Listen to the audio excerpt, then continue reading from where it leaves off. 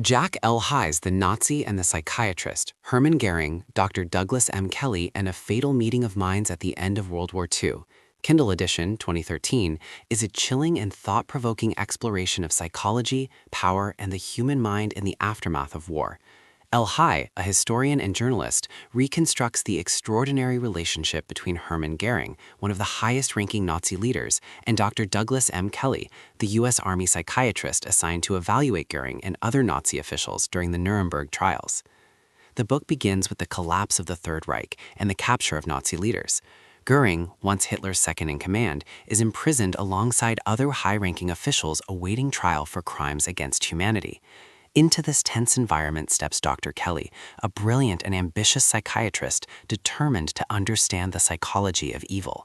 Kelley's mission was not only to assess the mental fitness of the defendants, but also to probe the deeper question: what kind of minds could conceive and carry out such atrocities? L. High's narrative style is gripping and investigative. He draws on Kelley's notes, interviews, and psychological evaluations to reconstruct the conversations between doctor and patient. The atmosphere is unsettling, as Göring emerges not as a caricature of evil, but as a complex, charismatic, and manipulative figure. Kelley, fascinated and repelled, finds himself drawn into Göring's world, struggling to maintain professional detachment while confronting the enormity of his crimes. The climax of the book builds around Göring's psychological profile and Kelley's growing obsession. Göring, articulate and cunning, attempts to justify his actions, presenting himself as a patriot rather than a criminal. Kelley, meanwhile, becomes increasingly entangled in the intellectual challenge of understanding him.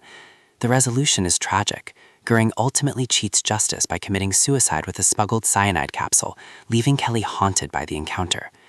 Thematically, The Nazi and the Psychiatrist explores the intersection of psychology and morality, the allure of power, and the dangers of intellectual fascination with evil. L. High emphasizes that Kelley's quest to understand Göring was both groundbreaking and perilous, raising questions about the limits of empathy and the risks of engaging too deeply with destructive minds. For modern readers, the book offers insights into the psychology of authoritarianism, the complexities of justice, and the ethical dilemmas faced by those who study human behavior. It reminds us that evil is not always monstrous in appearance. It can be charismatic, persuasive, and disturbingly human. At its core, The Nazi and the Psychiatrist is about the fatal meeting of minds between a doctor seeking understanding and a criminal seeking justification.